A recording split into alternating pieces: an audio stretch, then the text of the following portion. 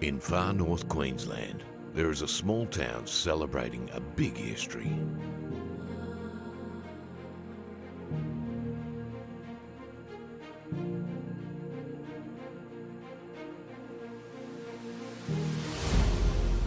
Alarish was established in 1920 as a World War I discharged soldiers' settlement.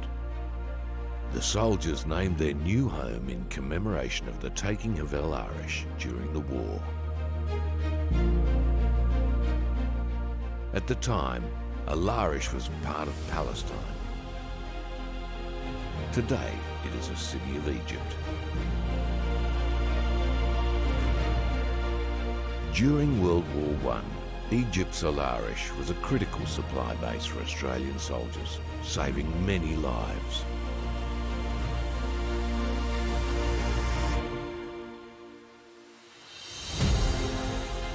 Australia's Alarish flourished throughout the 20th century as the soldiers embarked on building a prolific sugarcane industry.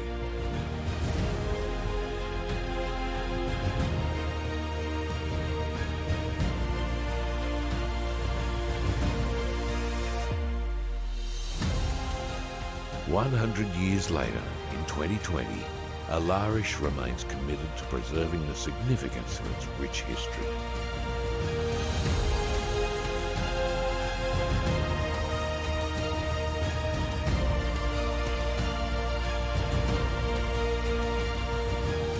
To celebrate its centenary on 1st of August 2020, Alarish unveiled a new cenotaph featuring a rising sun forged by its local blacksmith.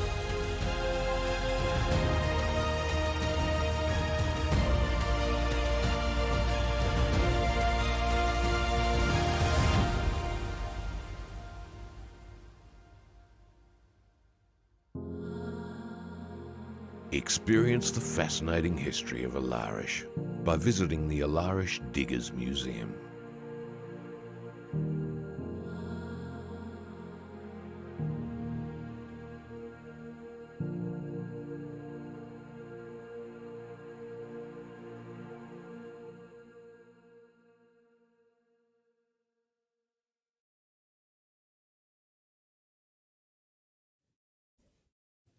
Fellow councillors, staff and residents viewing via live stream, good morning all and welcome.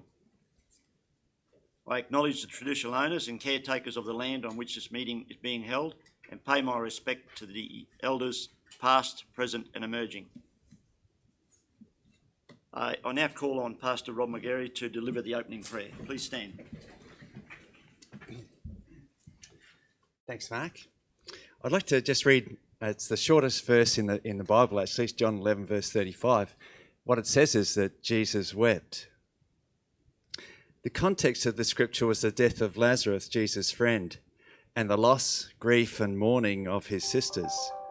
Their expectation that Jesus could have prevented his death, and by implication, Jesus, why didn't you do something? Because you could have done that, and you knew that he was your friend. Jesus wept at their plight. The Son of God, God himself, was moved with compassion at the state of humanity there that day, and also for their lack of faith in him, that God was on site, and he went on actually to raise Lazarus from the dead. This record in Scripture reminds us that all that happens here in this world, the loss that people suffer, the lack of faith people have, the way that people treat each other at times, grieves the heart of God. It grieves his heart, the way that sometimes we treat each other and also the way that we look to him. Far be it from it that he sits there to judge the world. In Timothy, it says that Jesus didn't come to judge the world, but to save it. There are times when I sense I've grieved the heart of God, and he has saved me from where I've been offside with him. You know, God came to save us and to help us, not to judge us. I wonder this morning if we can pray that for our people in our shire, that we too can look to God and let him save us from our attitudes and the way that we treat each other at times.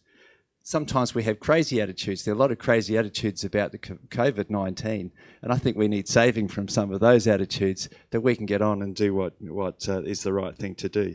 So I wonder if we can join in prayer this morning and pray that this Shire would be a great place, that people would have sound attitudes, would be positive, believing, faithful, trust in God, look to him to do a good work amongst us. So let's pray. Father, we just thank you this morning that you did come to save us. And Lord, you do weep for some of the things that happen, even amongst us and in our communities, that your heart is for us. And you do grieve for us, Lord. You don't judge us. You come to save us. And Lord, we pray for our Shire this morning. We pray for attitudes in our Shire, that there would be sound hearts and minds, that we would have a good attitude to the things that you're wanting to do amongst us. And Lord, even in relation to COVID-19, that, Father, we would have a sound understanding of what is good to happen amongst us. I thank you for the council this morning. Thank you for this meeting. And Lord, I pray there'll be a real blessing on this meeting as they gather. And just commit this time to you now in Jesus' name. Amen. Amen. Thank you, Prof. Thanks, mate. Thank you. Okay, we move on to apologies. Do we have any apologies, councillors?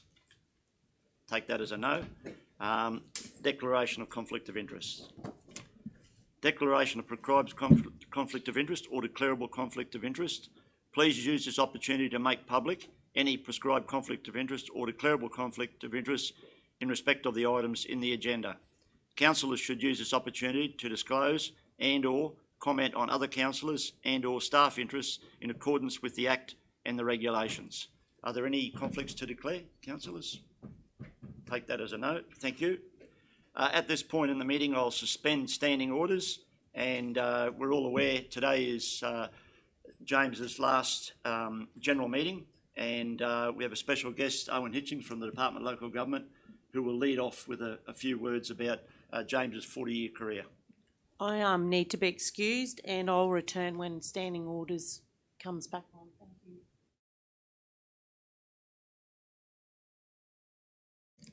Over to you, Mr. Hitchings.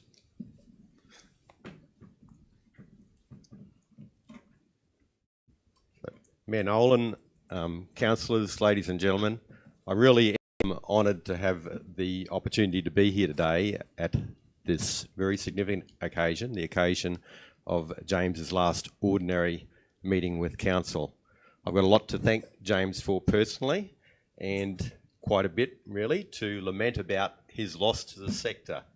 But before I get on to the thanking and lamenting, I thought I'd begin with a funny story, because I understand that's the thing to do, and this funny story has got a point. It's reasonably long, but please bear with me, it's relevant. So there was a lady once who found herself growing old, and one morning she woke up and she realised, out of the blue, that she didn't know anything about living in the country. So she decided she'd do something about it. She hopped in her car and she drove and she drove and she drove until she came to the country. And she kept driving until she found a beautiful looking farm with an open farm gate. She drove through the farm gate, got out of her car, and there before her was a farmer. And she said to the farmer, "I don't know anything about country life, and I've found myself getting older and I wanted to do something about it. Can you help me?" The farmer said, "Of course I can, and of course I'd be very happy to do so. What can I do for you?" And she said, "Well, I have some questions." And she looked around and she pointed and she said, "That cow over there, why doesn't it have any horns?" And the farmer said, "Well, there are 3 reasons that cows might not have horns. One is that there are just some types of cows that no matter how big they get and how old they get, they never grow horns." And she said, "That's very interesting. I didn't know that. That's something that I've learnt today. Keep going." And the farmer said, "Well, a second reason that cows might not have horns is because, well, they might have had horns, but the horns cause them trouble. So we farmers cut them off and they heal up quite quickly, and then the cows are much happier. And that's another way that cows might end up not having horns." And she said, that's really very interesting. What's the third reason?" And the farmer said, "The third reason that cows might not have horns is that when they're little, sometimes what we do is we get some very strong acid, we put it in eyedropper, and we just drop one drop on top of the place where the one horn is growing and one drop where the other horn is growing, and the horns never grow at all, and the cow, when it's an adult, never has any horns. And she said, I'm amazed and grateful for your help. I'm amazed and grateful for your help. But could you please tell me, why does that cow not have any horns? And the farmer said, lady, that's because that cow is a horse. That's a funny story, but it's a story that I told today because it's got a point. And my point is that when you're dealing with important and complex things that are worth giving your attention to, it's really important to ask the right questions, to know what the right questions are and to ask them. I think that local government is a complex area. I don't think there's any doubt about that. There's lots of relevant legislation. There's people involved. There's government departments involved. It's a complex area. Those people who are beginners in that space won't know where to start. Those people who've had experience might believe they have the answers. But those who are experts know that there are myriad opportunities for complication. They know that they can't see around corners, they can't see through mountains, that there will be always surprises that might change a situation to be a little bit different from what's expected. I believe that James fits in, I'm very confident that James fits into the expert category in the local government space. I know James puts a lot of effort into finding the right questions to ask, identifying the right questions, and then pursuing answers to those questions. James is, I believe, by my count, been in local government for of the order of 40 years. He's been a CEO at the former Dalrymple Shire, at Charters Towers Regional Council, at Yarrabah, and from 2016 here. He's the most experienced council CEO in North Queensland, and I think probably in Queensland. There's every reason to believe that James has got expertise. And yet, I still, to my amazement and as reason for humility, get phone calls from James to ask me questions. Not because I know that I don't know more than James about local government things, but James goes to the trouble of seeking out different perspectives, goes to the trouble of checking whether or not different viewpoints will or introduce new questions to a situation. He'll go to the trouble of examining situations very carefully. And I've always been very impressed by James's efforts to do that. As a sort of a measure or comment upon that, one of the things that happens fairly regularly to me is a council will phone up and ask me about whether there's a pre-existing document somewhere in the world of local government that they can copy from or get ideas from to save themselves reinventing the wheel. That happens all the time. The last time it happened to me was yesterday. And yesterday, as I commonly do, I went, a council asked for a document, an example of a document about a reasonably obscure idea, but an important area for them at the time. They asked about a document. As I often do, I went to the Cassowary Coast Regional Council website. Within a minute, I found the document that was perfectly suited to the needs of this other council. It was detailed, it was clearly written, it was expressed very clearly, and I passed it off to that other council. I'm sure they're very happy. I don't know that James wrote that document. More than likely he didn't. But James's attention to detail, his respect for good, clear expression, his concern for covering all bases, those things were reflected in that document. And I believe that whether he wrote the document directly or not, those values have become part of the culture of Cassowary Coast Regional Council's workforce, and that they're reflected in that document, not by accident, but by design. And that's a reflection on James's leadership.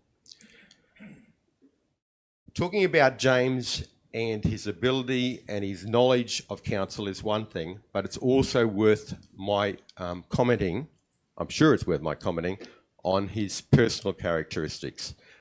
James is inevitably, always, humble, speaks well of people. He's inclined, I've seen it many, many times, I always see it, he's inclined to attribute successes and strengths to other people. They're all great characteristics in a workforce leader, and I admire James for that. One particular characteristic that I'll speak a bit more about that I'd like to mention, and I picked this because it's something that I've had a feeling for a long time, but on reflection before today, it's something that has occurred to me that doesn't happen by accident. It's something that I think that James has worked on. Whenever I have a conversation with James, I might begin by saying, like most other people, I've got a bit of a fault. When I have conversations with anybody, I know I spend a fair bit of my time thinking about what I want to say next, the next point I want to make. And that shows up in my conversations with me answering or putting in my next point early after the other person has spoken. Whenever I speak with James, I always really notice that after I speak, there's space given to me to add on to what I've just said. James doesn't rush in and say what's on his mind or make his next point. He always gives me so much space to say anything else that I've got on my mind and to finish my ideas. That's not a thing that comes naturally to people. I don't see that in a whole range of other people. I don't believe that happened by accident. I think it's something that James would have worked at, and it really does give the impression to people engaged in conversations with James, certainly gives the impression to me that I'm being listened to. What a great quality in a workforce leader. What a great quality in a workforce leader. So I really congratulate you on all of those types of traits, James, as well as congratulating you on your expertise and your use of experience to lead. Because I'm self-centered, I'm going to head towards the end of my few words here today by talking about two things from my childhood. One of them, the Mayor reminded me of. He always reminds me of this whenever I see him. He reminds me that I was a South Johnston boy. I was a South Johnston boy. I grew up in South Johnston, and to a ridiculous extent, I'm still loyal to South Johnston. You know, I have these pictures of South Johnston one day being the capital of Queensland or something like that. But I always hope for good things to happen to that town and to the district too. When I grew up, I thought that the whole of the world was covered with rainforests and sugarcane and received 3 or 4 metres of rain every year. I know I'm very loyal to South Johnston and to the Cassowary Coast region. My point is that I'm aware that in wishing well for the town that I grew up in and the region, in wishing well for that, I'm comforted by the fact that James is one of the people who is looking out for the region. So that's one point I'd make about something out of my childhood. The other is, the other point I'd make in reference to my childhood is about a phobia that I used to have, and this is real. So I can remember even the place I was when I really got into this phobia and was thinking about it. I was standing on the back veranda of St. Rita's School in South Johnston for some reason, thinking about this.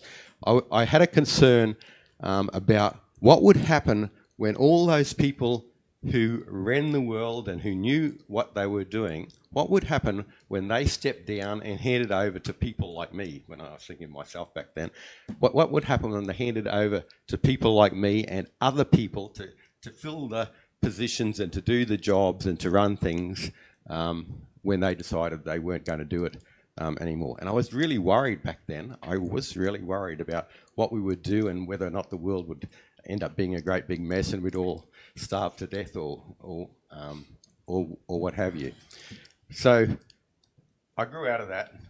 So as I grew older, I grew out of that and I stopped worrying about it. But days like today bring that back just a little bit.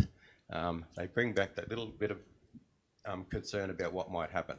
Which reminds me of another funny story. And Mr. Mayor, you'll be relieved to know that this one's a lot shorter than the first one. But it goes like this. I threw a boomerang the other day and it never came back. And I've felt uneasy ever since. We're not throwing you away, James, but you are going away and you're not going to come back to this work. And it does make me, and I'd imagine it makes other people feel at least a little bit uneasy. So we'll miss you. We'll miss your services, and we'll no doubt feel uneasy about what we can do in your absence. So I said at the beginning that I feel very honoured to have the opportunity to speak at this occasion, and I do. And it is a significant occasion, and it's not just significant to me. I believe it's significant to the sector because you have played an important part in the sector for so long. And I said that I had a lot to thank you for. You've made my work easier in lots of different ways, and I've learnt from all my interactions with you. But I know that there are other people in the department, there are people who have sat around council tables, this council and lots of others, who have also had their experience of local government made easier because of your work. And people who don't even know that they should be grateful to you. People like the people from that council I was talking about that yesterday benefited from that document that ultimately drew upon your input. So for all of those people, James, thank you very much for all of your work, your expertise, your use of experience, your wise counsel. Thank you for all of that. And I guess all I can really do is to wish you well, you and the divine celestial princess. Rhonda, if you're online, you've married a great man. Look after him. We wish you very well. Yeah, again, thank you, James.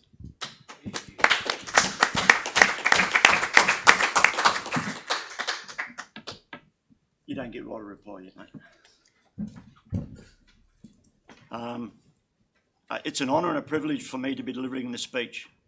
Today, we are here to bid a bittersweet goodbye to James Grott, our CEO, who will soon retire after 5 years of service and leadership at the helm of council.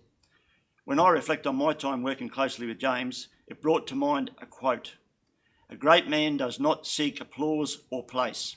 He seeks for truth. He seeks the road to happiness, and what he ascertains, he gives to others." To me, this quote is relevant to James.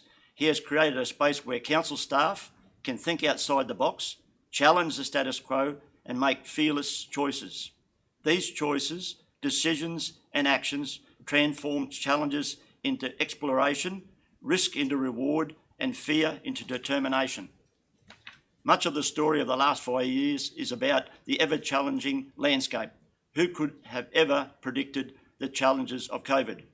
One of the greatest achievements is that all council staff were retained during the height of the pandemic. When other councils and organisations were reducing numbers, James stood by our employees, and this has put us in a strong position today. If I listed all the accomplishments that James has led over the last 5 years, we could be here for the rest of the day. Some of the highlights include leading council through a pandemic, 5 unmodified audits, 3 years of sensitive negotiations with state and federal government behind the scenes on Port Hinchinbrook. Today, we have an in-principle 30-day action plan that will soon be delivered, and James has more to say on that later. Innovation on how we engage with our residents and providing greater transparency with the live streaming of our council meetings. The Cassowary Coast Community Consultative Group establishment, which provides the community an opportunity to have input into council's projects and decisions. Asset rationalisation, which will steer our region into an improved and more efficient future. The $7.1 million Tully Grandstand, which is a facility now one of the best outside of Brisbane and provides a boost to our regional facilities. The investment into water security and a key project being the $3.2 million Bulgan Creek and Wheatley Hill water reservoirs. The region has not had a boiled water alert since September 2020, which is a celebrated change. James's impact on this organisation goes far beyond what we see on paper. Working alongside him has been a profoundly enjoyable educational experience, and I know his legacy will continue to be felt by all of us in years to come. The council that James farewells is not the same organisation that he entered. He came to this role with a vision and a plan, and I'm sure he will take ample satisfaction in having seen much of his vision become reality. James, we are proud of you. We're proud to be part of your story, and we thank you for all the work that you have done. Thank you. Would any other councillor like to speak, or staff? Councillor Baines. Thank you, and through you, Mr. Chairman, I would like to take this opportunity to speak. At the risk of appearing loquacious, and sometimes I am accused of being loquacious, and of course with the indulgence of my fellow councillors. I've just got a quick story for us today. So James, 40 years. Owen, you didn't touch upon the PSM that James received, but it's a very high honour within the area of public service. And I know that it was richly deserved at the time, and I believe if they could put a bar on a PSM, this man ought to get a bar on his PSM. So 40 years as a career. Some interesting data around that 40 years. It spanned 2 millennia, 2 centuries, 5 decades. James has worked under 10 mayors, probably as many, if not more, local government ministers, and at the helm of 100 plus councillors over this term. All this from a self-proclaimed dopey old Bushshire clerk. James, and Owen, you spoke to this earlier, James's expertise in this area is just incredible. He has an eidetic ability to quote sections of the Act, and it's not just the Local Government Act. He'll quote sections out of many of the Acts. I've tried reading all these Acts, and I'm just about through the Local Government one, thanks Owen, but it is a dry read. But James's ability to be able to answer those questions that councillors ought be asking on the fly, and I've checked it up on the Act trying to catch him out, and I haven't been able to catch him out yet over 5 years. To use an Anzac analogy, James is a very honourable man. And if I was going to war and the Anzacs were very proud to say that James is the sort of man that I would like in a trench beside me. James will look after you. You spoke about it earlier, Owen, about the way he's honourable. He speaks well of people. He tells you the truth, even if you don't want to hear it. So it's been an amazing experience over the last 5 years. James has mentored me a bit and robustly corrected me on many occasions, not to my detriment, to my betterment. So, and Owen, as you said earlier, probably the most experienced CEO in local government kicking around in the area at the moment. So again, with my councillors' indulgence, I'm going to request that we all stand and give James the acclamation he so richly deserves, not only on our behalf, because the 6 of us here may be seen as a mere bagatelle, but once we put the hundreds of local government bureaucrats, members, all together, I believe we can represent them today. So councillors, if you join me on your feet. Congratulations, James.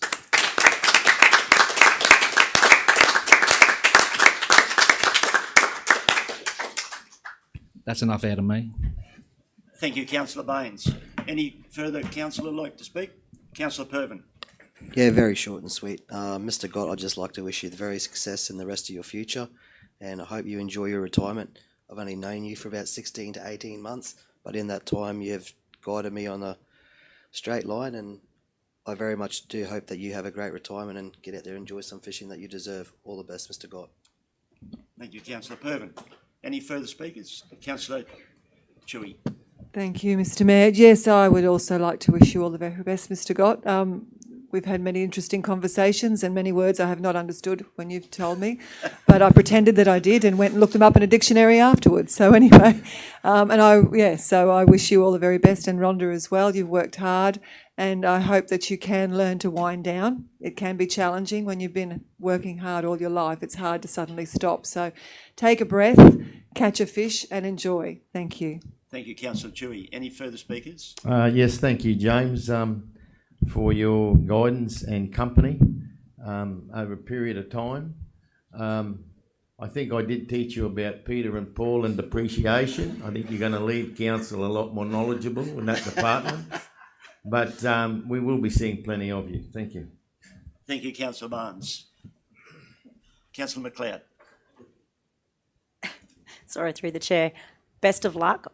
3 weeks I've only realistically been under your guidance, but enjoy retirement. You deserve it. Thank you, Councillor McLeod. Would any staff like to speak?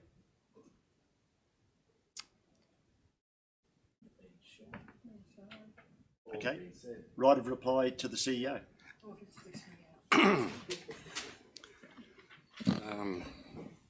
If Mr. Mayor pleases, and in order of your having spoken, at first, Owen, I'm deeply humbled, but nevertheless grateful for and honoured by your words. I think that if someone could sell me at your price and buy me at my price, they'd make, or the other way around, buy me at my price and then sell me at your price, they'd make a pretty penny indeed. The words you spoke mean a very great deal to me, and I'm honoured by them. Mr. Mayor, it's been a privilege to serve. I thank you for your fantastic leadership. I thank you very much for your support, your unwavering support of all of the staff, and your having mentioned Council's ability to retain all of its staff during COVID was testament to your social conscience. And there are people putting bread on the table now who might otherwise have been sorely compromised. Mr. Mayor, I am very grateful that some 25 years ago my family decided to holiday in this area. My family immediately fell in love with it. We went on to buy a house here about 12 years ago, and I've had the privilege, the absolute privilege, to serve over the last 5 years. I could very easily name hundreds of people, but time would not permit. My colleagues, my dear friends, mean a very great deal to me, and it saddens me that I can't mention every single one of them. I'm trying to be somewhat taciturn here, which is not my want, as people would know. I'll do my best to be brief.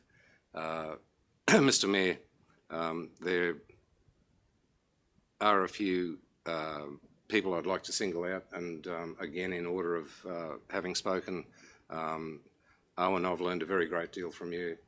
You've always been generous of your time, your intellect, your substantial intellect, and your wisdom, and I'm grateful for it. Mr. Mayor, again, I thank you for your care, your honesty, your dedication to duty, and again, your inspired leadership.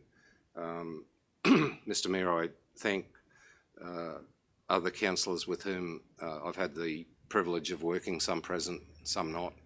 I thank Councillor Baines, and I take the opportunity to single him out, not just because he spoke, but also you and he are the only councillors in the room with whom I've served for the whole 5 years. So it seems logical and reasonable to me that I should single out Councillor Baines.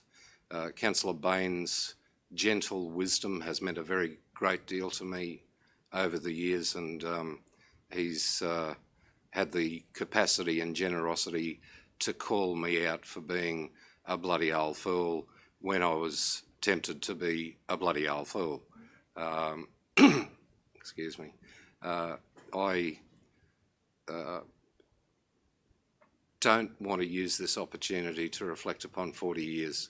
I know that commonly people given this opportunity will talk about highlights and not so highlights and achievements and experiences during that whole period, but I think that it's relevant that I talk about the last 5 years, where again I've had the privilege to work in a place that I love, a place that I've absolutely fallen in love with, and a community which mostly, because no community is perfect, but a community which mostly is comprised of wonderful, genuine, honest, decent people, many of whom have become my friends over the years. I take the opportunity, with your indulgence, Mr Mayor, I'm tempted to bring on an in-house joke here and use a few words like vituperate and invective and inspire a CEO bingo. Oh, there's a CEO bingo. Yeah. I'll go no further with that. I must mention Ms. Jo Sands, little Joey, without whom I would surely have been lost. I take the opportunity also in her absence, and I sought your permission earlier, Mr Mayor, to mention Ms. Michaela Johnson, who's no longer with this organisation, but she, in the vernacular, got me through some of my darkest moments. To all of my colleagues, I know that your continued success is assured because of your intellectual grunt, because of your dedication, because you are, quite simply put, good people. Very, very good people. And finally, Mr Mayor, at risk of having forgotten something in my dotage, I'd like to comment on the DCP as well. Rhonda has inspired me for 40 years with her courageous honesty, her moral compass, and her extremely refined social conscience. And when I've struggled occasionally at a conceptual level, she's been quick to say, well, the answer's very simple, James. You just do the right thing. You know what it is. And I've done my best so to do. On that, I salute the organisation. I wish the very best to my successor, Mr Graffin. Mr Graffin, I believe, would realise it already. And if you're watching, good luck, sir. You will have the absolute force of a truly magnificent team, and your success, therefore, is assured, I'm quite sure. I have managed to get through this without displaying too much emotion, but I can assure you that it's there. It's a strange, strange feeling, and I'll close with this. I think that endings generally have certain characteristics. This ending is not redolent. There's probably another CEO. Is not redolent of those other endings. You finish school and you expect to go into the workforce or to go to university or to do a trade. You finish your trade and go into the workforce. You graduate and go into a position which is commensurate with your acquired skills, there's that expectation that there is something before you which is quite defined and tangible and perhaps even concrete. I sit here now with absolutely no idea what comes next. Absolutely no idea what comes next. Except for one thing, thank you, Councillor Baines, except for one thing, that I will miss this organisation and all of you who comprise it with more than, I'll miss you, it's more than sadness. Thank you, Mr. CEO. Would somebody ask Councillor Millwood to return to the chamber, please? Mr. Mayor, if I could be excused. Thank you. Thanks, mate. I'll let you shake hand. Thanks, Alan. Thank you so much. So kind. I'll make sure I see you before you go. Have a great day. See you. Thanks very much. Sorry. Did you get a whole row?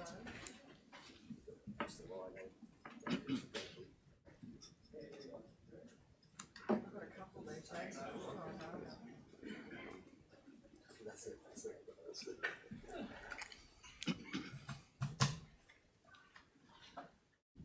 Okay, councillors, we return to the agenda. Item 1, confirmation of the minutes. 1.1, page 2, minutes of the local government meeting, 12th of August 2021. Would somebody move the true and accurate record, please? Moved by Councillor Toohey, second by Councillor Barnes. All in favour? Carried unanimously. Thank you. We move on to item 2. Any business arising from those minutes? Councillor Barnes.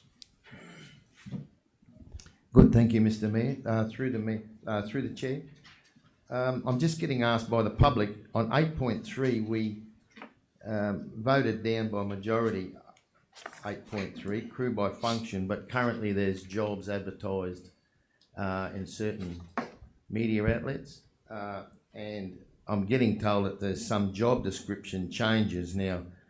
Is that anything to do with a different arm of crew by function, or is that just coincidental, Mr. CEO? Through you, Mr. Chairman, to the absolute very best. Mr. Sanders was in the room a moment ago. To the best of my understanding, they are simply jobs that have been established by virtue of council's last organisational restructure, and nobody is preempting a council decision yet to be made. Thank you. Thank you, Councillor Barnes. With your permission, Mr. Chairman, sadly, you'd have line of sight to that as well. What I just said is true. Thank you. Yep. Okay, any further business arising? Okay, we'll move on to item 3, receipt of minutes, 3.1, page 19, the draft minutes from the Cassowary Coast Traffic Advisory Committee, and Mr. Goodman will present his report.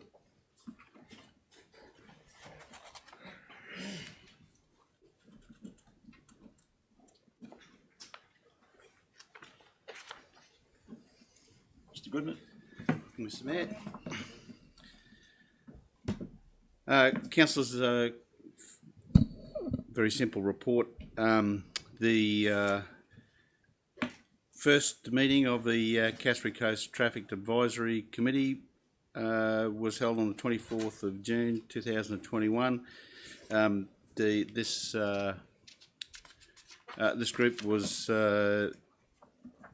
this advisory committee was established after a report was presented to this council earlier in the year. The draft minutes are attached, and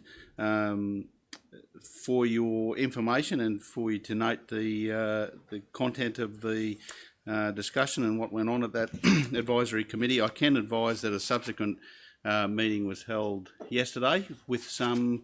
We did have a go at doing it technologically, and did have some issues, and unfortunately Ms Cooksley was unable to assist us yesterday afternoon, and demonstrated my lack of capacity in that area, but I'm sure no, could have done with Councillor Barnes to provide some to take us through it. Yeah.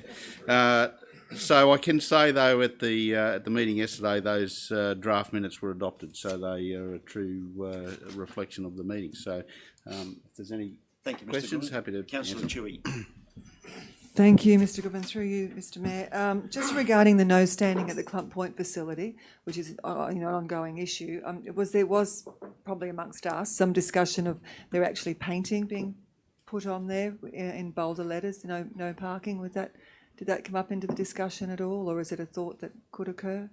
Rather than people are saying they don't see the signs, and I'm not questioning people's ability to see. That's just what they're telling me. So whether they be able to write on the asphalt, no parking. It can certainly be considered. I don't think it was. My recollection was not discussed at the meeting, but without giving any undertaking to do so, we certainly take some consideration of that suggestion. Councillor Chewy. Councillor Barnes, you're next. Good, thank you, Mr. Mayor. Firstly, I know this is just an advisory committee, and the invitee members are the mayor and councillors, and of course, if you read there on page 31, you'll see all the bodies that are invitees. A few things I do question on it. It says towards the bottom of page 31, where the membership is unable to reach a majority decision, the chairperson may make a determination. Just explain that, Dave. Like, if we don't turn up, you as the chairman can make all the decisions. That's the way I read it. Well, through the chair, it's an advisory committee, Councillor Barnes. There's no decision making that I would have as the chair, which extends beyond my day-to-day role as Director of Infrastructure Services. So if there was, it is yet to come up that there might be any subject that I guess decision-making powers of the chair might arise. I guess it was part of the terms of reference that was adopted by council previously. This wasn't a new agenda item. That terms of reference have just been included because it was further discussed at that meeting.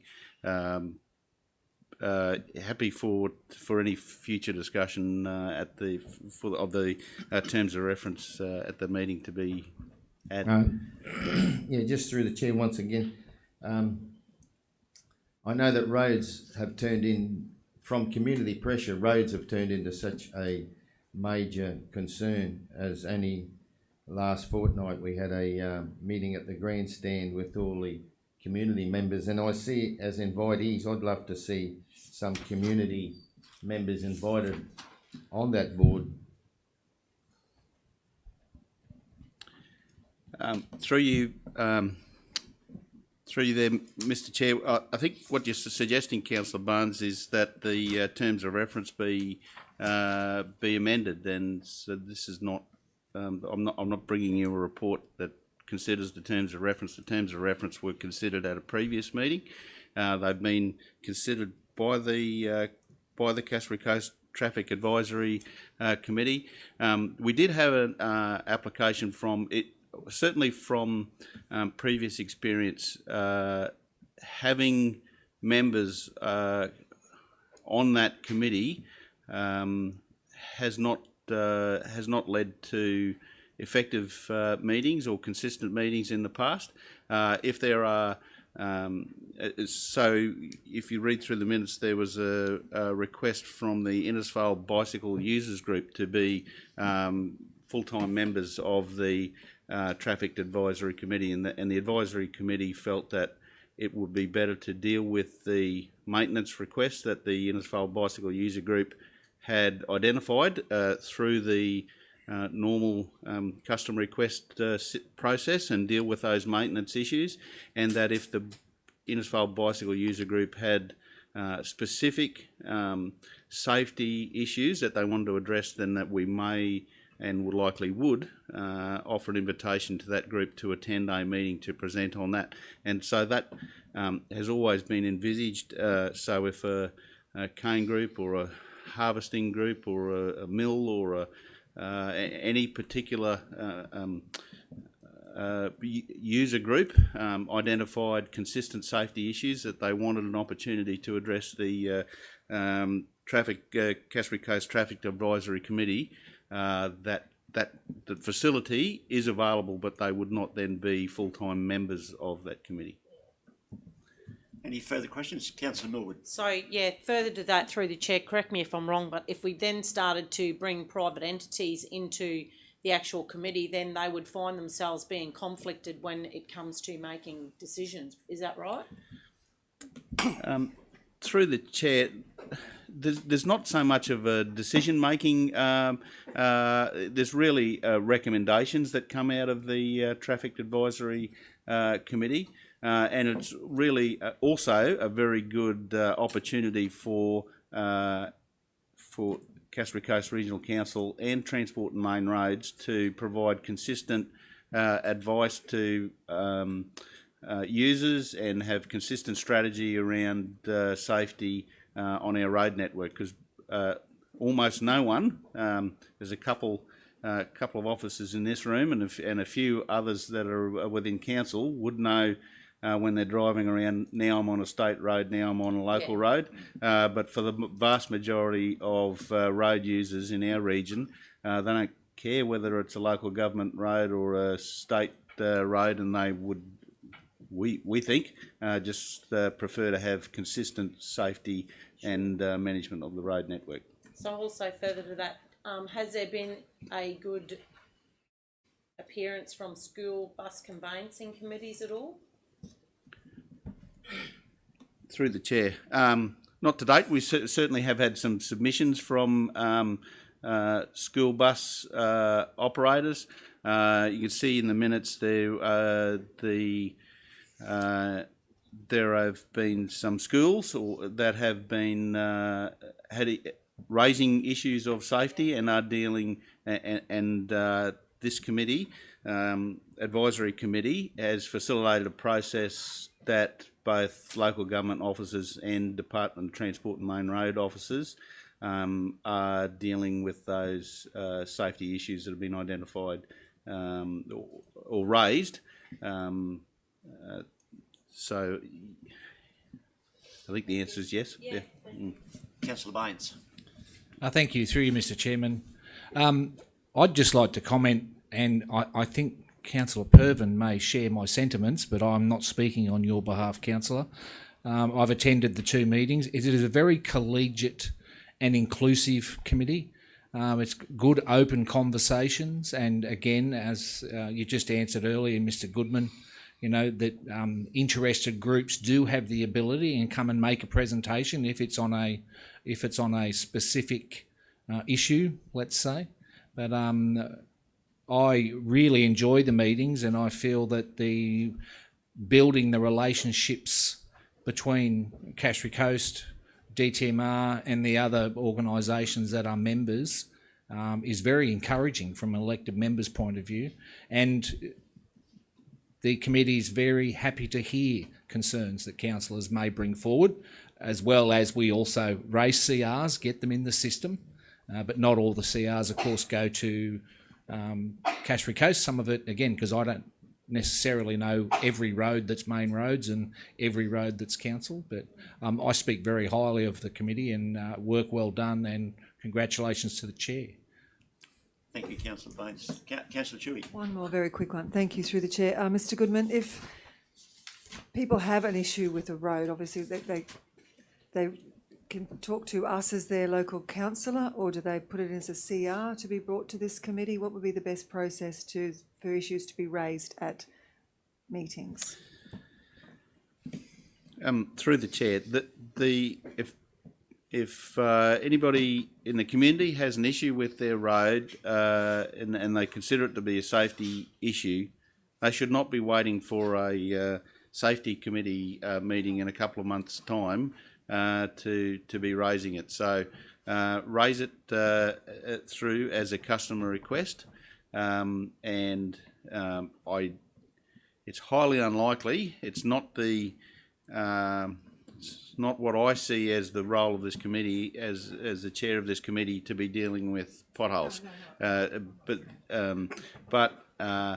there, it's, I guess, more of a higher level strategic view of safety, road safety in our region, and we did have a little bit of this at the first meeting, of a backlog of requests from some of the external agencies, of seeing this as an opportunity. I've had all these 20 things in my back pocket, and I've been waiting for an opportunity to deal with council, and we have very much encouraged, I as the chair very much encourage everybody at meeting, please don't wait for a committee meeting to be raising these issues.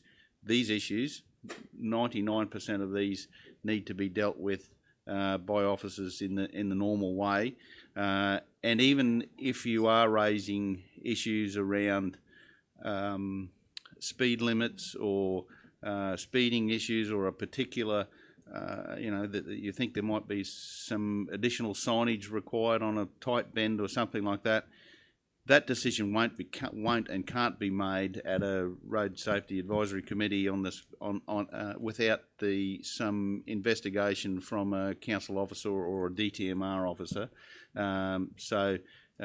Yes. So just please, that nothing in this changes what our normal advice was. If you've got safety issues, you've got issues with the road network, raise them through the customer request process. Thank you, Mr. Goodman. Any further? Councillor Pervin. Yeah, thank you, Mr. Chair. Yes, just to verify what Mr. Goodman said there, and Councillor Baines, the previous meeting was a very good meeting. Everybody on the floor was open and frank. We all had good discussions. Just some of the things that come across there were things like reducing speed limits, but as Mr. Goodman has said, some homework had to be put into some of these. No decisions were made. Just everything was put to the floor. We had TMR there to talk about it, but no decisions have been made there, and it's just a great way for us to see where some of the problems are out there in the community. But as you said, Mr. Goodman, we don't want to be dealing with potholes and things like that in this area. Just as yourself said, don't hold off. If there are serious concerns out there for safety, please get in contact with the customer service, and if they can't wait until the meeting, they will be dealt with prior. Thank you, Councillor Pervin. Any further questions or comments? If not, would somebody move the recommendation? Moved by Councillor Baines, seconded by Councillor Pervin. All in favour? Carried unanimously. Thank you. Thanks, Mr. Goodman. We move on to item 4, Governance, Environment and Finance. 4.1, page 34, the Finance Report, and Mr. Singh will present this report. Welcome. Pardon? Skip one, did I? That's below it. 4.1 we're on, page 34. Mine's back to front. Yeah, yeah. We've got 2 first and 1s. Okay. Good morning, all. Morning. Councillors, the dopey old Bushire clerk is required to present the financial report to council. Smartest man in the room. As required by his cronies at the State Department. So, with no fear or favour, just to highlight some of the summaries, councillors. Council's operational revenue is sitting at 1.7 million, which is $78,000 under budget compared to a budget of 1.8 million. In terms of our operational expenditure, it is sitting at 8 million, which is 1.7 million under budget.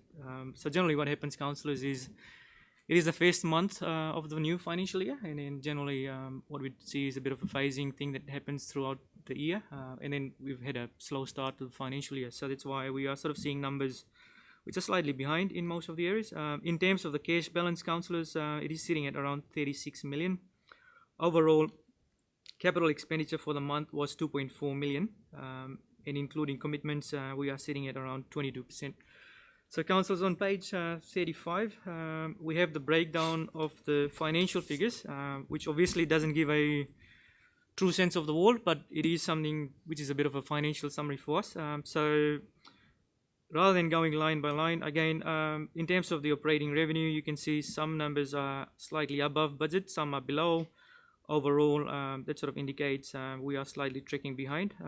One of the things that I should be highlighting here, though, in terms of interest revenue, it is tracking a bit behind, but that's mainly because we haven't done the interest journal for the month, so that's why we are a bit behind. But we are monitoring the changes in interest rates quite carefully and trying to maximize returns where we can. In terms of expenditure, councillors, so overall we are tracking behind in most of the expenditure items. Again, something that we need to quite carefully keep an eye on going forward is mainly depreciation. So we have seen a spike in depreciation, particularly at the end of last financial year. So that is something we'll be keeping a close eye. So overall, again, tracking at 1.6 million ahead of budget at this point in time. That is at the end of July.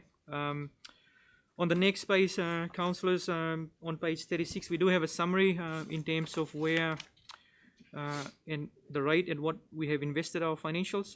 So a lot of the money that we have at the moment is currently sitting with CBA, which is our commercial bank that we bank with, and we do utilize the state government contract where we are earning a bit more interest, and you can see the cash on call is where we are earning the most interest, which is through a state contract. Unfortunately, with the likes of Queensland Treasury and a lot of the other commercial banks, the rates have reduced a lot. So that is going to be a bit of a challenge for us going forward, and something that we'll try and manage. Underneath is a table of our capital budget summary. Councillors, we are going through the process of revisiting our estimated carryovers, particularly where we finished with some of the capital projects at the end of the year. And we will be coming back to council towards the end of October or mid-November to bring in the budget review. And at this point in time, the estimated carryovers are sitting at around 12 million, so which is not a bad result compared to what we have done in the past. So that is a positive thing. So that sort of summarizes the financials, councils. I won't go through the monthly package.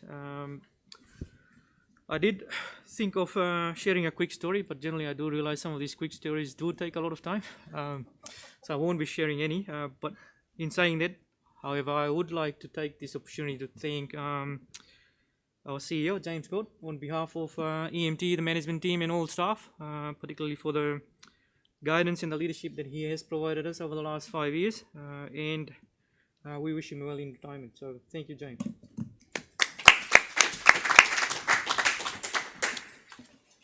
Thank you, Mr. Singh. Any questions for the officer? If not, would somebody move the recommendation, please?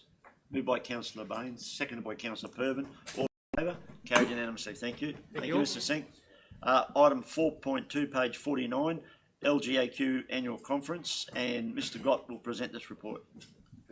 Thank you, Mr. Chairman. With your permission, Council has previously been alive to the scheduled 125th Local Government Association of Queensland Annual Conference to be held this year on the 25th to the 27th of October inclusive at the Mackay Entertainment and Convention Centre.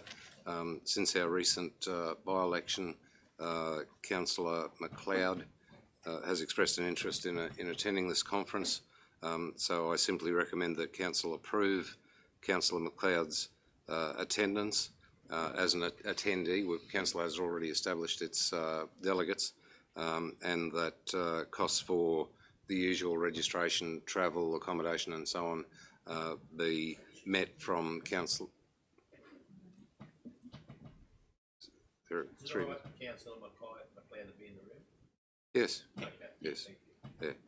And that costs for registration, travel and accommodation and so on be met from Councillor McLeod's budgetary allowance. And through you, Mr. Chairman, if I may, thank you for your concern, Councillor Barnes.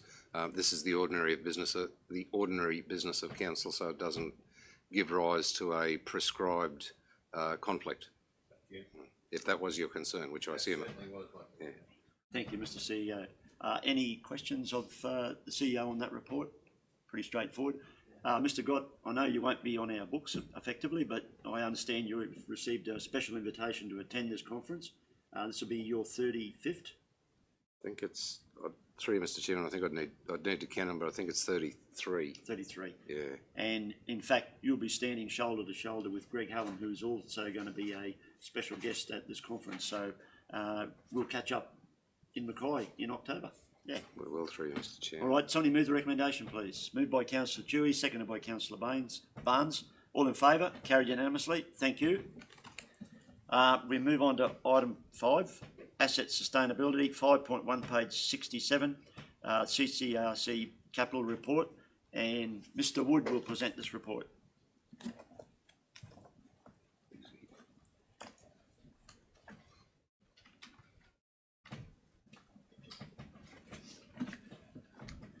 Welcome. Morning, Mr. Woods.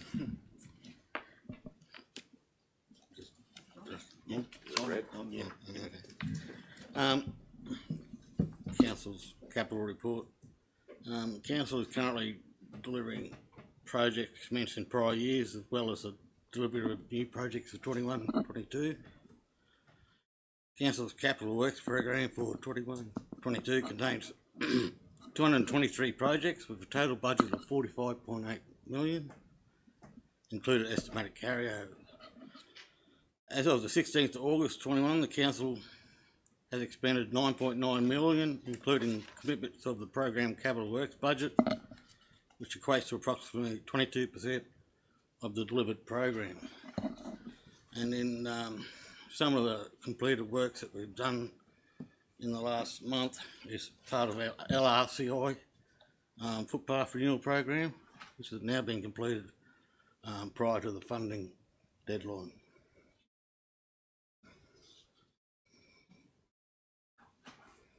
Thank you, Mr. Wood. Any questions for the officer?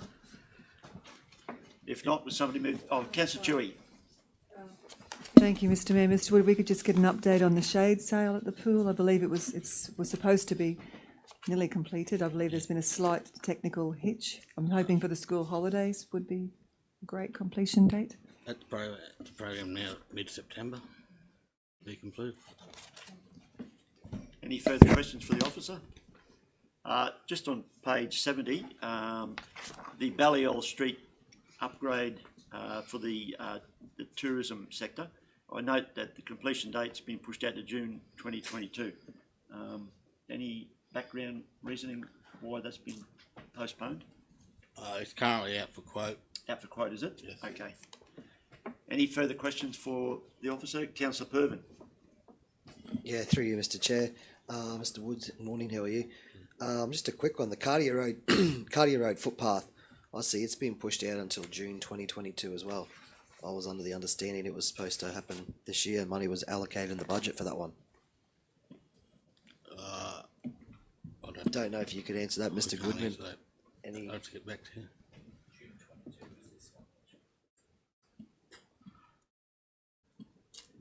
No. Mr. Sanders, you going to respond to that one for us, please? Through the chair, can I take that on notice and get back to you on that one? Yeah, because I understand we do have a design for that. And there might be just some questions around the final finish surface of seal versus detail. So I'll just check that one for you. Okay. Councillor Millwood. Through the chair, yeah, I don't know if you can answer this, Mr. Woods, but the finish date for the CMCA access at Hadro Park. We currently have the asphalt booked for the 7th of next month. 7th of next month. September. Okay, all right. Seems to be dragging on, that's all. Well, it's the wet weather. And I might add, there's been a lot of drainage work done in the subterranean. If you have a look at there today, they've got a ditch about half a metre deep, and there's a lot of pipes being laid in there. They're putting crusher dust over the top of that today. So a lot of their preparation work has to be done before the final seal goes down. And it is a main roads requirement that it gets done to that standard. So we just got to follow the rules. No worries, thank you. Any further questions for Mr. Wood? Councillor Barnes. Mr. Wood's Ernest Street, are you savvy of that job? Yeah, I do have it here. Chip seal was carried out yesterday and the expected completion date's the 17th of next month. Any further questions for the officer? If not, would somebody move the recommendation? Moved by Councillor Baines, seconded by Councillor Purvin. All in favour? It's carried unanimously. Thank you. Thank you, Mr. Wood. Thank you, Mr. We Wood. move on to item 6, planning services, 6.1, page 79, application for reduction in infrastructure charges. And Mr. Jones is going to present this report.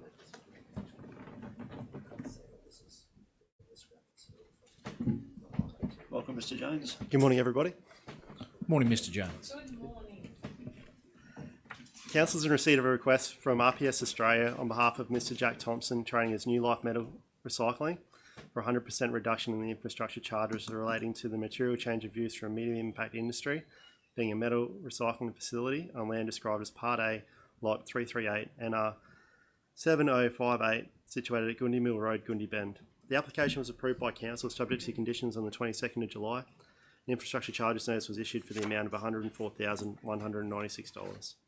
The proposed development is on land within the township zone, Innisfail Industrial Precinct, which meets the criteria for eligible development outlined within the policy. Proposed development will be complementary and contribute positively to the surrounding locality. It is considered that the proposed development will support a number of businesses in the Innisfail area. It will also provide a significant employment opportunities during the construction phase and ongoing employment through the operational phase, as well as providing long-term economic benefits to the Innisfail economy and more broadly strengthen the economic resolve of the broader Cassowary coast area.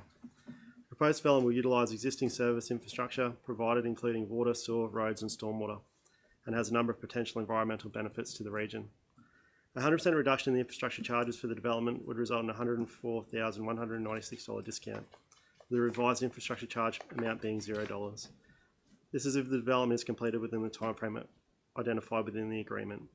It is recommended the request for 100% reduction in infrastructure charges be approved by Council, provided that development is completed prior to the 20th of August 2024. Happy to answer any questions, Council. Thank you, Mr. Jones. Any questions for the officer? Councillor Pervin.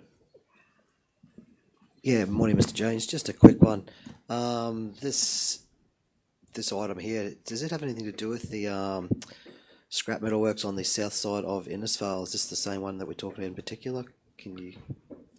Through the chair, Councillor Pervin, yes, it's the same applicant. So they will be moving from that area on the south side of Innisfail into that industrial estate.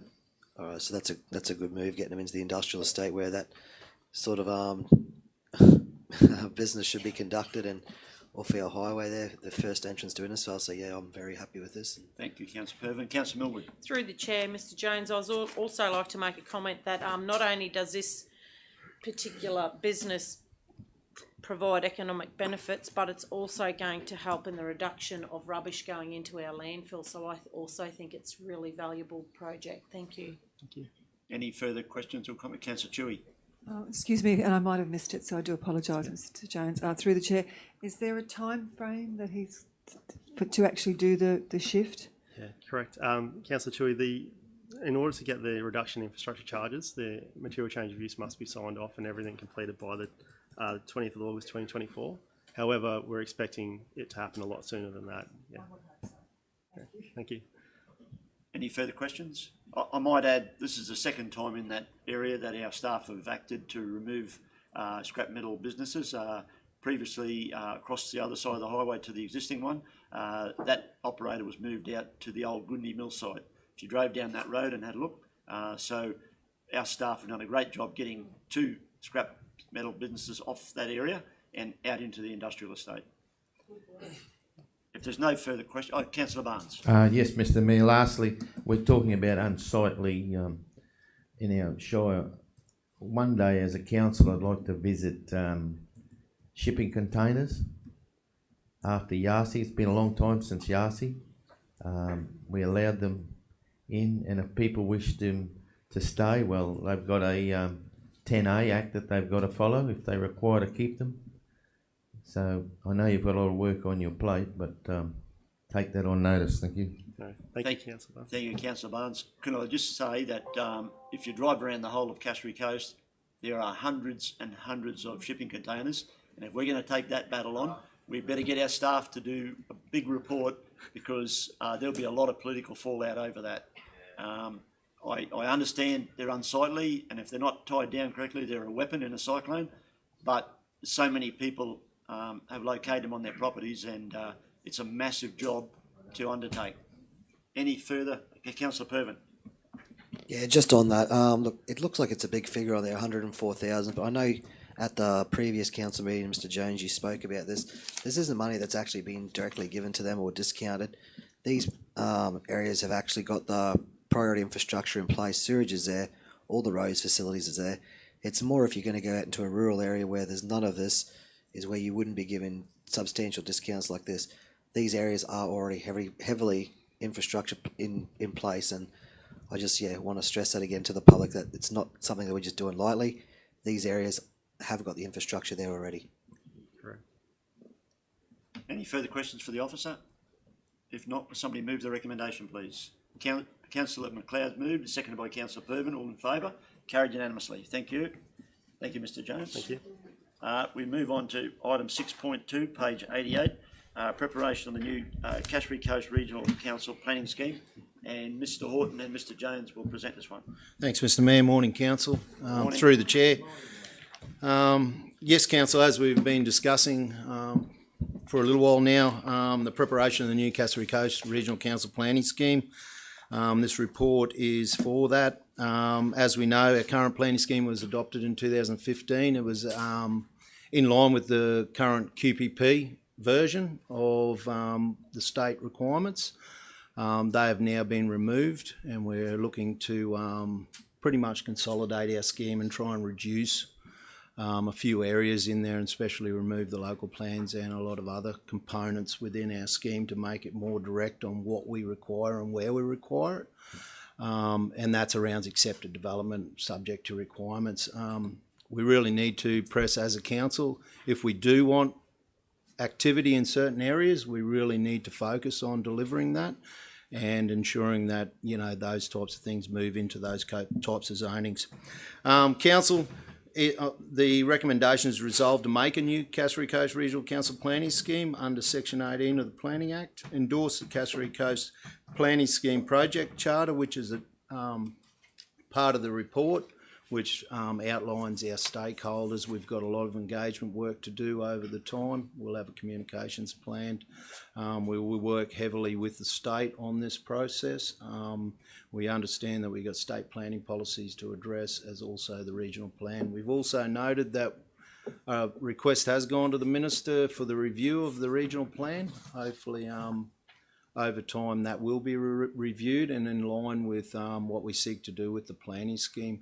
As we understand, the current regional plan is a document that is a 2008-2009 product. A lot of the new regional plans to date are a lot more economically focused in the way they speak and talk to, and a lot of their schedules around what is delivery within those regions, which is not really within ours at the current time. But we will heavily work with them. Industry groups and our community is a big one, as well as our Indigenous groups and so forth moving forward, Council. Council, the recommendations there. I'm happy to answer any further questions that you need to ask of me. And look, I look forward to working with yourselves, especially myself and Byron and the rest of our team, with Council in trying to deliver something that is really valuable for our community moving forward and what we want to seek to achieve with industry, housing densities, and really pinpointing that to try and bring our community to what we seek and, you know, the vision that we want to see for this area. Mr. Horton, the key milestone I'd like to see in the new planning scheme is about height and where we're allowed to go in terms of key areas up the Cassowary Coast. For example, when we get Port Inchbrook across the line, no doubt people who want to buy into that area, and it's pretty limited in its base. They need to be able to go up. So we need a planning scheme that will allow an investor to develop it and go up. Likewise, with Mission Beach, certain areas, not everywhere. When we voted on Castaways a couple of years ago, all the pushback was about the height. River Grand in 2004, all the pushback was about the height. We've got an investor circling the Impey. No doubt they want to go up. The RSL in Newcastle talked about going up. So we need a utility in the planning scheme that just ticks the box. When an investor looks at our planning scheme and says, well, I'm not going to run into any hurdles there, the scheme allows it, it facilitates it. I think that's a critical outcome in the new plan, from my point of view anyway. Thanks, Mr. Mayor. Through the chair, definitely we'll look at all those aspects of with the review of the scheme. I suppose the biggest focus is, as I pointed out before, the accepted subject to requirements. If we really want something in a certain area, we need to make sure that those provisions are there to endorse. It's not a free ride. You still need to meet those requirements. And if you don't meet it, you go into a code accessible or an impact accessible application. But what we really want to do is focus on, if it is 10 stories or 6 stories, whatever it is, we need to make sure that we put that on the plate and everyone understands what's required. And if they meet those requirements, we deal with it. Thank you, Mr Horton. Councillor Barnes. Good, thank you, Mr. Mayor. I'd just like to compliment our planning department for having so much energy, and I think as a councillor we're going to have, we're going to see a lot of benefits out of this new town plan, especially if we can get a lot more industrial land, I think, which we are very short of in all parts of our region. It really try and push the movie section of it all, increase our agricultural base, encourage the mill to value add, as just to mention a few. We talk about containing rates. It wouldn't be hard, if you think about it, to put an extra 20,000 people in our region without building another road, another library, another pool, another count. We've got nothing. We don't have to buy more graders or anything. We can fit 20,000 people here easy. And people compare our rates with people from the city. Well, if you look into it like many of us have, it's purely people in your region. That's what it is. Bums on seats, as a publican would say. But yeah, thanks very much for your energy. Thank you, Councillor Barnes. I'd like to supplement that comment about our planning department. Recent feedback across the community in relation to the opening of the Cmca park at Hadro Park. Cmca officials commented that this is the best planning department they've dealt with in all their parks across Australia. So that's a huge compliment from a big organisation, CMCA, down to a smaller business, Chitter Chatter Cafe at Currambine Beach. Ex-publicans from West Australia came to Queensland, didn't know what they were going to encounter with planning laws, and again, they said the best planning department we've ever dealt with. So right across the spectrum, our planning department is at the highest level and delivering best practice in terms of outcomes for the investors. So just want to make public acknowledgement of our staff in planning. Thanks, Mr. Mayor. Are there any further questions? Councillor Norwood. Sorry, through the chair. I also want to elaborate on that too. I'd like to commend the planning team for their awards that they received on the work that they did with the Innisfail CBD master plan. Well done. And I do know that at the present time they're under the pump with all the new things that are going on around here, which is a good vibe that things are selling and things are moving. Great, good work. Thanks, Councillor Millwood. Councillor Pervin. Sorry, thanks, Mr. Chair. Just back to the item here, there will be community consultation on this. Will there? Is that correct? There'll be quite I know it's a long drawn out project, could take quite a number of years, so there's probably going to be a fair bit of community consultation, I'm presuming. Through the chair, definitely, councillor. There is a set requirement under the Act, under the Minister's guidelines on what we have to do as a minimum, but we'll seek to do more than that. We'll work through our engagement plan and so forth, and we'll discuss that with council moving forward on their expectations of us as officers on what we need to deliver for this project. No worries. Thanks, Mr. Horton. Mr. Jones, I just want to mention one other thing. Councillor Barnes mentioned shipping containers before. We've got that problem now, but to make sure we don't get any more, can we have something in the planning scheme that says you can't put a shipping container on your property unless you meet all this criteria?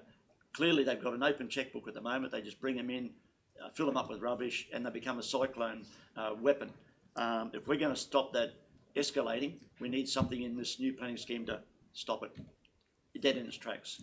Through the chair, we do take action on shipping containers as they're reported. We find it hard to drive around, and a lot of them are in the rural areas as well. Look, we'll look at it as officers on how we can try to attack this issue. We do have the shed prior to a dwelling approval in the scheme at the current time. These are a Class 10A storage facility. They are cheap. They're actually getting a lot dearer than they used to be, so they mightn't be as inviting as they are, but we are dealing with a number of different things at the moment. We've got a lot of things being advertised, small homes, shipping container homes is DIY. Everyone, and a lot of the problem you get is a lot of people think it's very easy just to go and build something out of a shipping container. We'll slap 3 of them together and we'll solid weld them up and we'll build.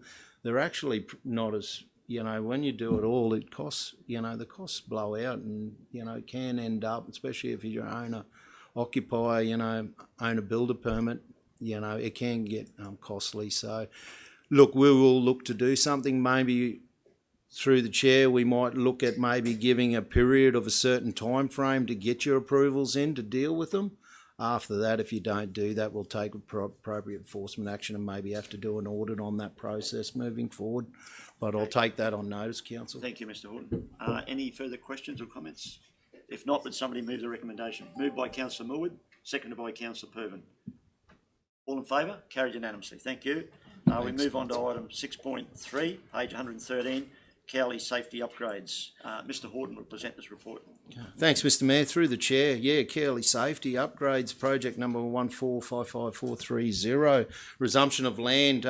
Department of Transport and Main Roads has requested comment from council and an agreement to be signed for a portion of area up at Cowley. We understand that Cowley's a high crash zone area and down to 90 k's, and we understand around that area of Cowley Beach turnoff, and as being locals around here, we've seen a number of incidents through that area. So the report today, council, is simply the recommendation is to advise the Department of Transport and Main Roads that council has no objections to the acquisition of the approximately 7,218 square metres, which is the area. Council, if you look at your map, on page 117, council, you can see that that's clearly across the road from the Cowley Beach turnoff at the current time. That's out of the reserve area. And the other area is advise the department we have no objection to the resumption of approximately 838 squares from part of lot 97, which includes an easement there, council. And part A of that second recommendation is to delegate the authority to the Chief Executive Officer to sign and return the agreement which we've been provided from the department for that resumption to allow these works in Cowley to progress and hopefully provide a bit more safety, I think, moving forward, council. Any questions for the officer? Moved by Councillor Baines, seconded by Councillor Millwood. All in favour? It's carried unanimously. Thank you. Thanks, council. Move on to item 6.4, page 119, the monthly delegations report. Mr Horton. Thank you, Mr Mayor. Through the chair, the monthly delegations report, council's pretty straightforward. I've reduced a few of the maps that I have. On the first page of planning, I've on 121, page 121, I've added a 5-year graph there showing the planning approvals, and they're not the applications that we get in. These are the approvals we do for the month. So this month we had 17.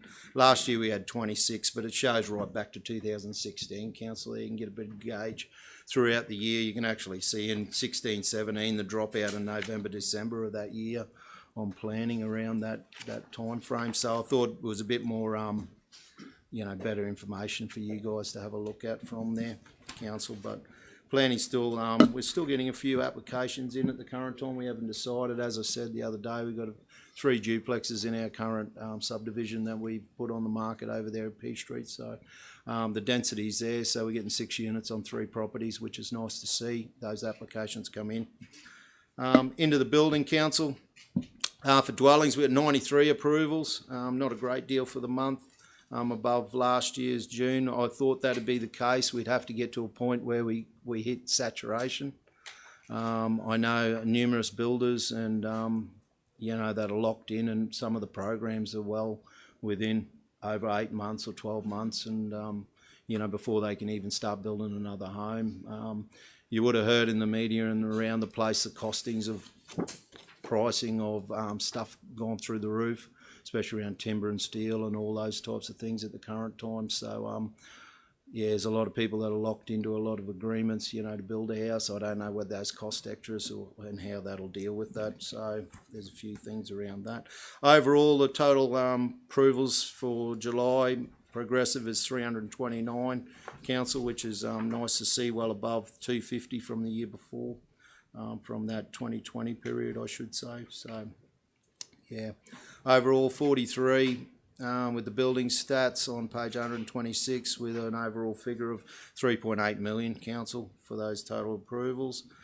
So to date, overall, our total dollar figure is 41.7 million for all approvals, and dwellings is 26.16 million on the pricing and dwellings. That's approximate estimate costs on those buildings that are put into those figures. So, and council, look, anything further from there, I'm happy to answer. It's just got building by class and so forth. But Mr. Mayor, happy with where we're at and how we're proceeding. Thank you, Mr. Horton. Any questions for the officer? Councillor Baines. Well, less a question and more of a comment, Mr. Mayor. It's just a great shame that previous Councillor Rowley isn't here to see the 10As and 1As reversed. Yeah, sort of. Yeah, that's almost reversed around. So they're great figures, and it's wonderful to see the confidence in the region building. In that theme, I want to compliment the staff on a recommendation they made to us about 5 years ago around Work for Queensland funding. We made a tough decision to invest 1.1 million in a new sewage pump station over at Innisfail Estate. Now, hairdressers and taxi drivers know all the goss, and they're telling me that the 11 blocks that went on the market, 10 have already sold. That's what I'm hearing on the street. So if that was not a good investment 5 years ago, there's the fruit. Well, the proof's in the pudding right now. Those blocks have been snapped up in rapid time, and there's plenty more development at Innisfail Estate to come. But it's really positive news to hear that 11 go on the market and 10 get snapped up. Yeah, through the chair, I remember the discussion well, and you know, it was a big thing for council at the time to spend that sort of money. We only had, I think, one lot of Works of Queensland at the time, and it was a considerable amount of that money that we had to spend towards that. Where we made a decision as a council that it needed to be done. We'd had a lot of discussions over the 12 years previous on that matter. So today, yeah, now we can see that hopefully we'll build on the 11 and move into the other areas of that approval, which we've given over there. There's we've got two considerable ones, the 48 lots, and then we've got the other considerable amount, up to 600 lots on the balance of that parcel. So, council, is good to see work happening there, and yeah, if you haven't seen it, yeah, please go over and have a look. Thanks, Mr. Mayor. Thank you, Mr. Horton. Any further questions or comments? Okay. Moved by Councillor Chewy, seconded by Councillor Barnes. All in favour? Carried unanimously. Thank you. Thanks, Council. Thank you, Mr. Jones, Mr. Horton. We move on to item 7, general business. Do we have any general business items, councillors? Councillor Norwood. I'm sorry, Joe.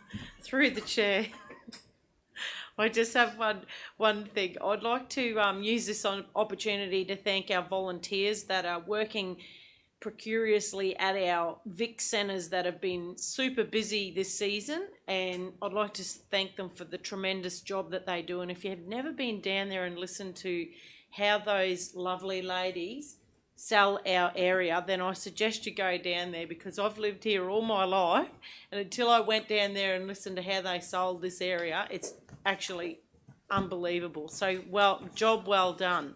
I'd also like to congratulate Jonathan Grocott, who has completed his Certificate 3 in carpentry, Bernie Holden for his great work at the Innisfail Cemetery. Congratulations to Phil Castle on the completion of his master's degree. And that's all I've got to say. Thank you. Thank you, Councillor Norwood. Any further general business? Councillor Chewy.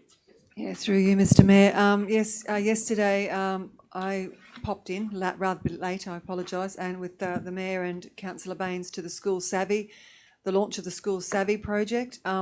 It's a great project, and the idea is that it's there to assist families that are struggling when kids go back to school. As the lady said, we have our Christmas, then all of a sudden we're hit with a back to school book list, which sometimes can be challenging for families. So this idea is to create pre-loved school uniforms. People can donate pencil cases, things like that. So it was launched in Innisfail yesterday. I shared it to my Facebook page, and I've had people from teachers and an admin from Tully schools asking that it can be reached out to Tully as well. So I will be pursuing that. But it's a great initiative, and I congratulate School Savvy on starting it. There will be a pop-up shop in January at the Shire Hall in Innisfail. Come along and see what you can do. But as I said, it's a great scheme, and I'm sure it will be very well received within our community. So well done to all. Thank you. Thank you, Councillor Chewy. Just to compliment you on that summary, further to what's available to struggling families, in Cairns, where the program's been running for the last 5 years, a big laundromat came in and said, we'll wash all the second-hand uniforms, and they were able to then display them for parents who were struggling, couldn't fit it into the household budget. The kids could go to school in a proper school uniform. So it's not just about pencil cases and calculators, it's about clothing as well. And with COVID, we know many budgets are being hit hard at home in terms of the family budget. And we've welcomed School Savvy to our region. And as Councillor Chewy said, soon it was posted yesterday, Tully community are demanding the same down here. And I'm sure the organisation that's backing this will take that on board. Councillor Pervin. Sorry. Thank you, Mr. Chair. Just two I've got today. Number one is Targa. Targa is next week. The original, Targa Town, thanks, Councillor Millward. Targa Town, it's called.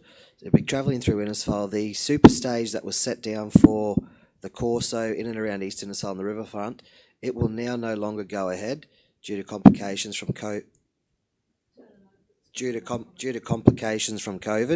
That stage will not be occurring. The bamboo stage, Lawrence Road, will still be occurring, but also on top of that, seeing as though the actual street race will not happen in the main CBD, Rankin Street will be closed from approximately 6 a.m. until 3 p.m. on Sunday, the 5th of September, Father's Day. Businesses have got on board. They will be opened for extended periods on that day in conjunction with the Chamber of Commerce. They've got this over the line, and it's going to happen. So please, all families, on Sunday the 5th of September, if you could attend the Rankin Street display or the race itself along Lawrence Road, it'll be a great morning, great afternoon. But I just do think that a lot of people should attend this, and I think next year's going to be bigger and better. But Targa, they couldn't get through everything this year due to COVID to get the actual street race happening in the Innisfail CBD, so they've put it on hold till next year. But there will be a cavalcade, approximately 80 vehicles, all on display in Rankin Street, and the businesses are there to support. So it'd be good to see the local community get out there and support these businesses that are going to be open on Father's Day. So that's my first one. My second one, I've had a bit of a mind blank here. I'll give you a break. Yeah, Councillor Barnes. Thank you, Mr. Mayor. I've got 2 points too. It was very nice at the Tully Heads Progress meeting last night to see our local federal member Bob Catter walk in on the meeting unannounced. He was down there inspecting the crocodile and the opening of the new jerky company that's opened up in, both those are in Vipiana Drive. And secondly, our asset rationalisation has been cruising along at a pace which I think we should now start to speed that pace up, as we've got a lot of organisations and sporting bodies who are very happy with the way the council's gone, because I think a lot of them now can secure their future. At a previous council meeting, we dragged 2 off that list. I think now, as a council and as officers, we should speed the process up. As look, what we've saved is unbelievable. Even selling all the blocks of land up in the in P Street, we've got all but 2 left. We've made a list that we're going to remove some of the buildings that we won't have to paint, insure them, maintain them. I just think we need to speed it up, and those officers then can use their energies and wages that we're paying to get some projects that we need finishing and future projects. Thank you, Mr. Mayor. Thank you, Councillor Barnes. In terms of speeding up the process, we need to be conscious of the fact that we are working with the community through the engagement panel, and I would suggest that any speeding up of the process needs their endorsement. We did say that we were going to do it with a set of principles. We've adopted those principles. That's how our staff are implementing it, and I'm afraid the handbrake needs to be applied sometimes, and proper due process be followed. Follow our principles, which we've adopted, and work with the community panel. If all those boxes are ticked, I've got no problem about speeding it up, but we need to be conscious of those other partners in this process. Any further, councillor Pervin. Yeah, it's just jogged my memory, Mr. Chair. The school holidays is nearly upon us in September. Myself and Councillor Baines, Councillor McLeod, Councillor Millwood and Councillor Chewy all attended a meeting yesterday with council staff in relation to the upcoming Tilapia and Eco Fest to be held in the September school holidays. Last year I was part of the Tilapia competition that was held at Warina Lakes. What a tremendous turnout it was. The number of competitors, kids smiling, grandparents there, having a drink with their kids, it was just amazing. Look, this year is going to be bigger and better. I can't elaborate too much on it at the moment. It's only very early stages how we got into the organisation, but we will be kicking next meeting. I'll have more information about it. But look, just for me at the moment, the sponsorships are rolling in for it. I'm looking forward to the kids getting down the lake and having a good time over the week of the school holidays and helping eradicate this pest out of our waterways. Thank you, councillor Pervin. Any further general business? If not, I'll declare the meeting closed at 10:28. Thank you, everybody.